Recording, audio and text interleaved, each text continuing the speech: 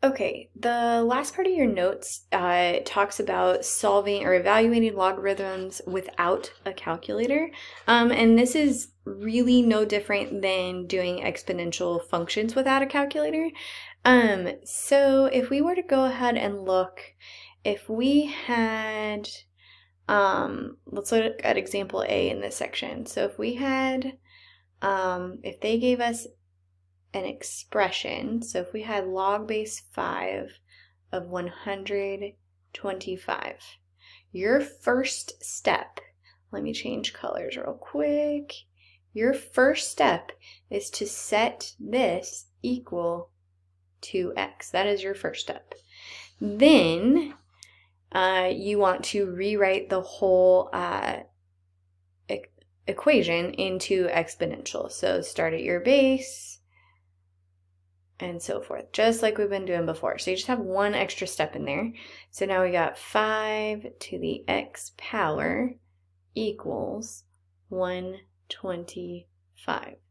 Now you do have to actually solve for this. So 5 to what power equals 125?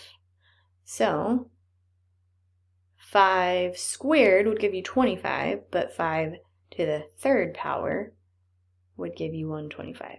So you can technically, maybe if you need to do some trial and error, use a calculator, but other than that, I want you to at least have all of these steps written out and so forth.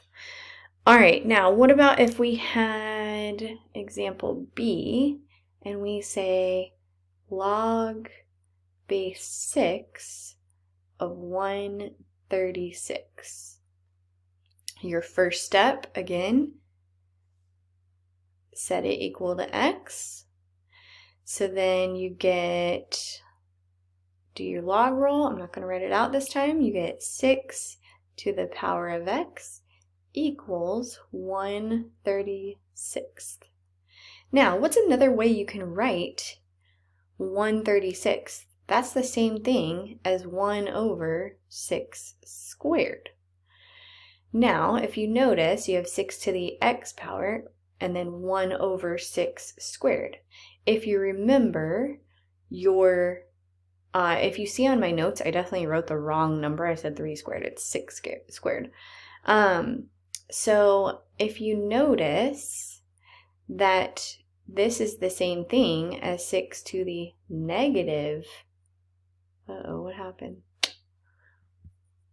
Negative second power, then as long as you can see that, then you know that x is going to equal negative 2.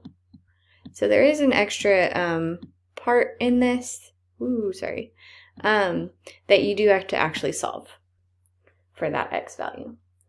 All right, let's try another one.